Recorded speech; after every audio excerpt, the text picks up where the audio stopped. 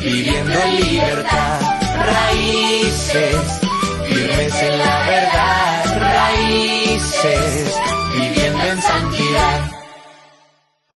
Hice pacto con mis ojos. ¿Cómo, pues, había yo de mirar a una virgen? Porque qué galardón me daría de arriba Dios, y qué heredad del Omnipotente desde las alturas. ¿No hay quebrantamiento para el impío, y extrañamiento para los que hacen iniquidad? ¿No ve él mis caminos, y cuenta todos mis pasos?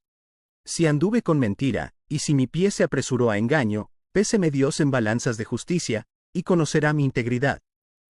Si mis pasos se apartaron del camino, si mi corazón se fue tras mis ojos, y si algo se pegó a mis manos, siembre yo, y otro coma, y sea arrancada mi siembra.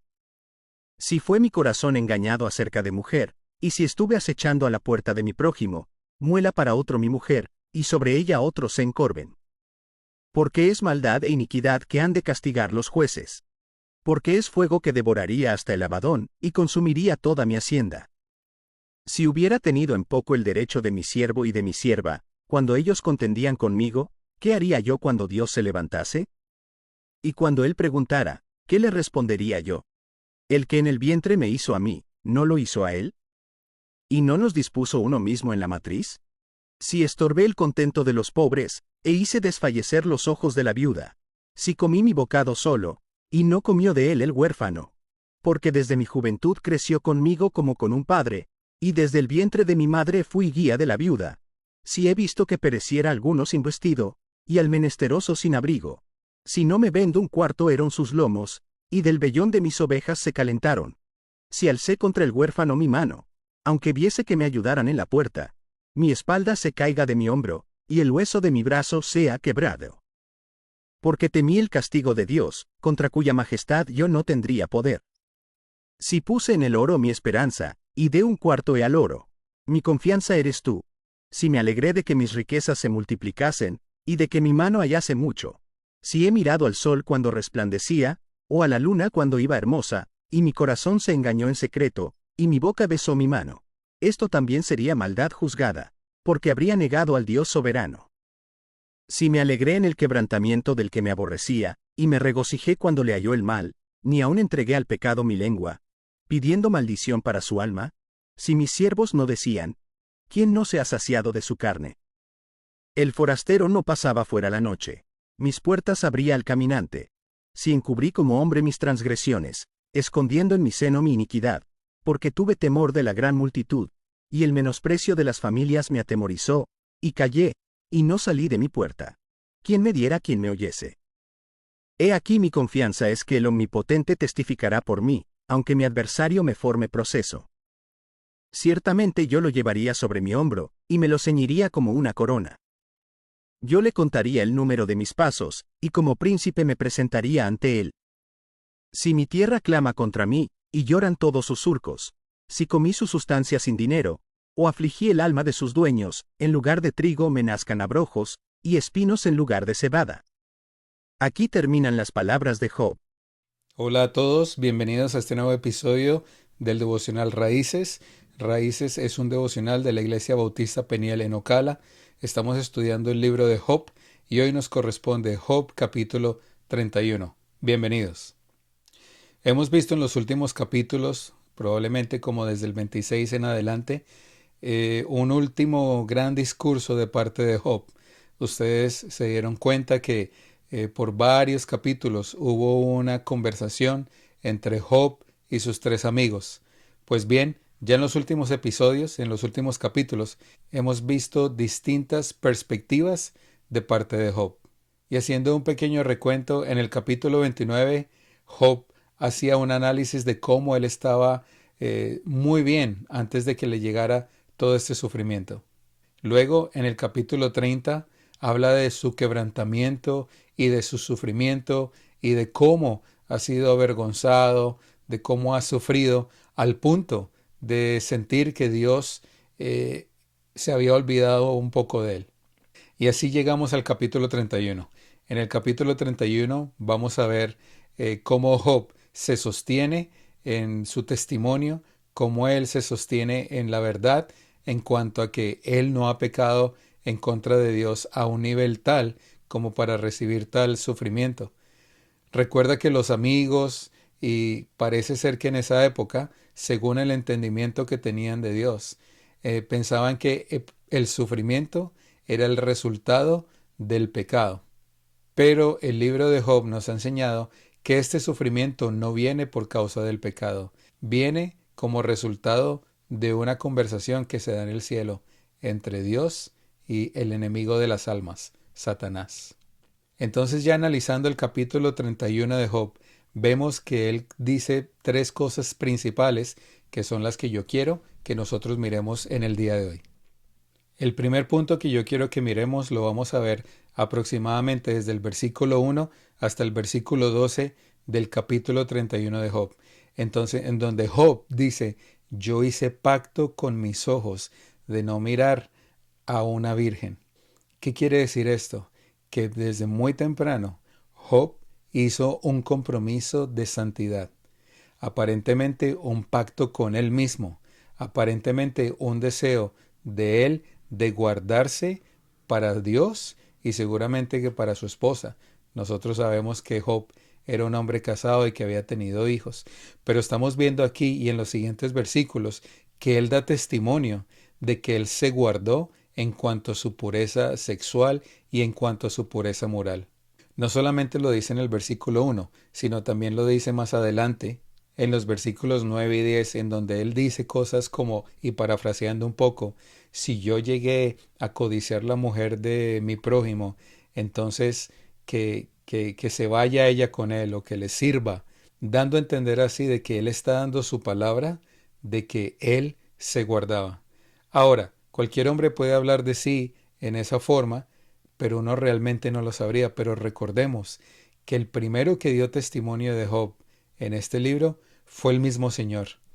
Nuestro Dios en el capítulo 1 y 2, hablando con el enemigo, con Satanás, le dice, tú no has considerado a mi siervo Job, varón íntegro y apartado del mal. Ese testimonio que da nuestro Señor acerca de Job es el que nos confirma de que lo que Job aquí está diciendo fue realmente así.